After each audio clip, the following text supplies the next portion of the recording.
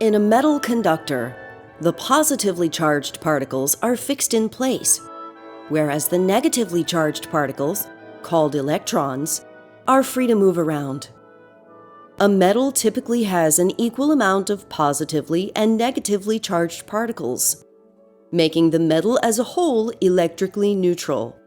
If we apply a force trying to push extra electrons into this metal plate, we will not be successful, because particles with the same charge repel one another. If extra electrons accumulate inside the metal plate, they will repel each other and repel any of the new electrons trying to enter. Therefore, even if we apply a force, the metal will remain electrically neutral.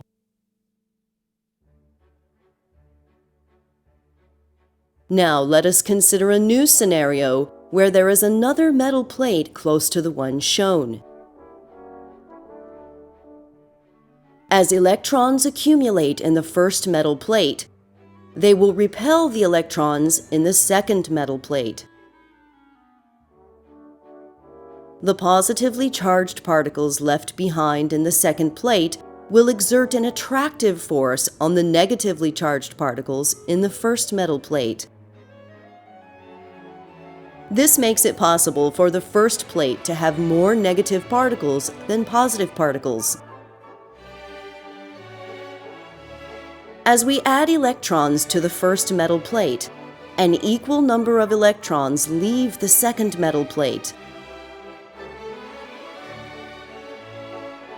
After a certain number of extra electrons accumulate on the first plate, they will repel any new electrons trying to enter.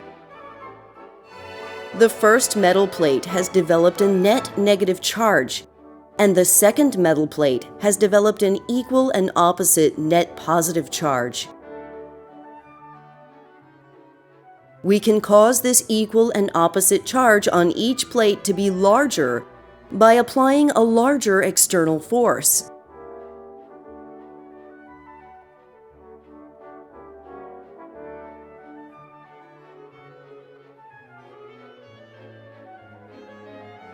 If we remove the external force we are applying, the extra electrons in the first metal plate will continue to repel one another.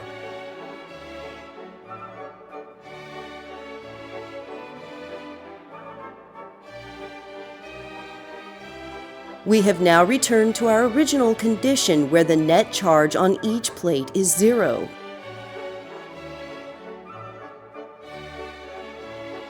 The two metal plates are what we call a capacitor. Note, voltage is shown upside down in this video because the blue arrows will show electron flow.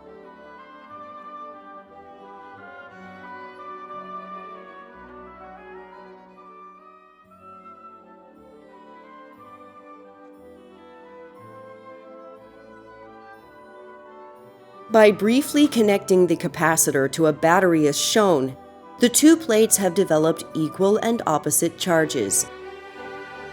If we then connect the capacitor across the light bulb, all the extra electrons in the negatively charged plate will move to the positively charged plate through the light bulb.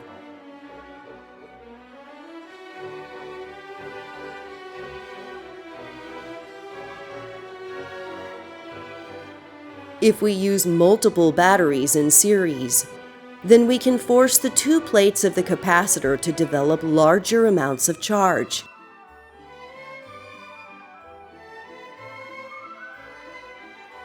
When the capacitor is charged, its voltage will be the sum of the voltages of all the batteries.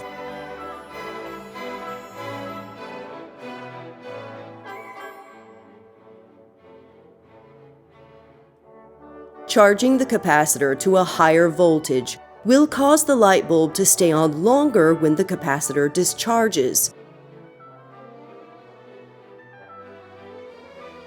Now suppose that we increase the areas of the two metal plates.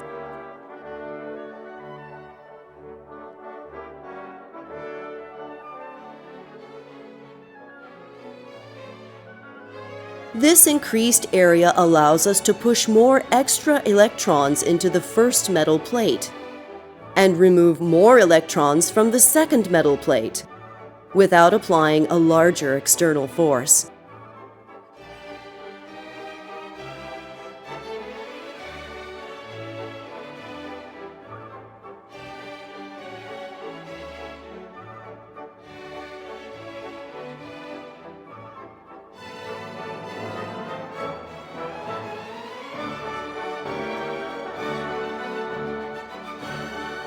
When a larger capacitor is connected to our battery, it'll take longer for the capacitor to charge to the voltage of the battery.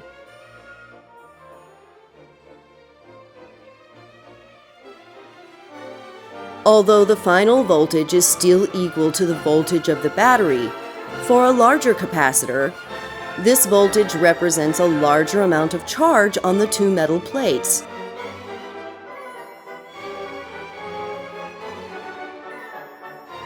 The larger capacitor will take longer to discharge through the light bulb, thereby allowing the light bulb to stay on longer.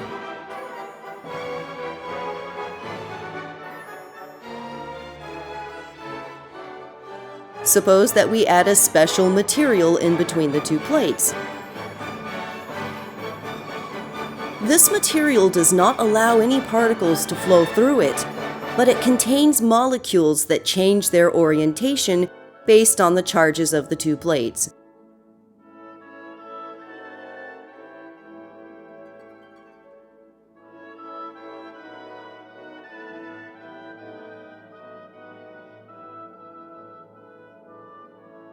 These molecules exert forces that attract more electrons to the negative plate, and that repel more electrons from the positive plate.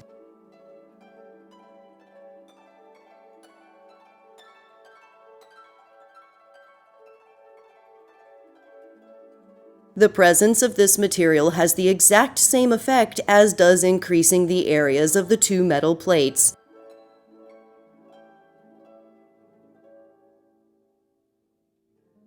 This allows the two plates to develop larger net charges for the same amount of applied voltage.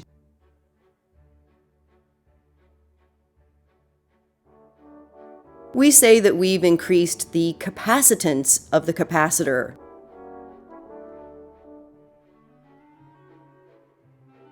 There is also a third way to increase the capacitance of a capacitor.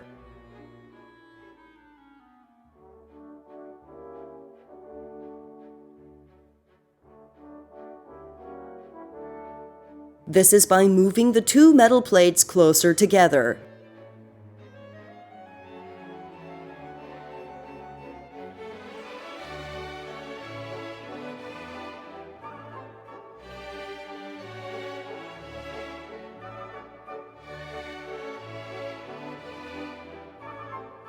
Because the two plates are now closer together, they exert greater forces on each other's electrons.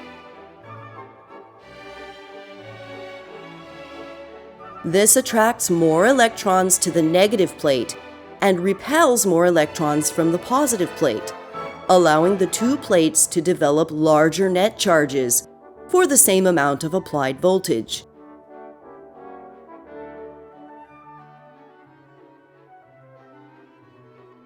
This has the same effect as inserting the special material and as increasing the areas of the metal plates.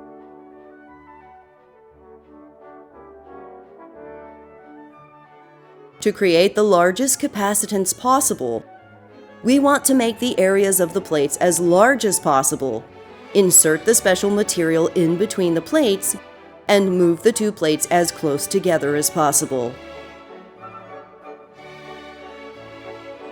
The larger the capacitance, the more energy will be stored for the same amount of voltage.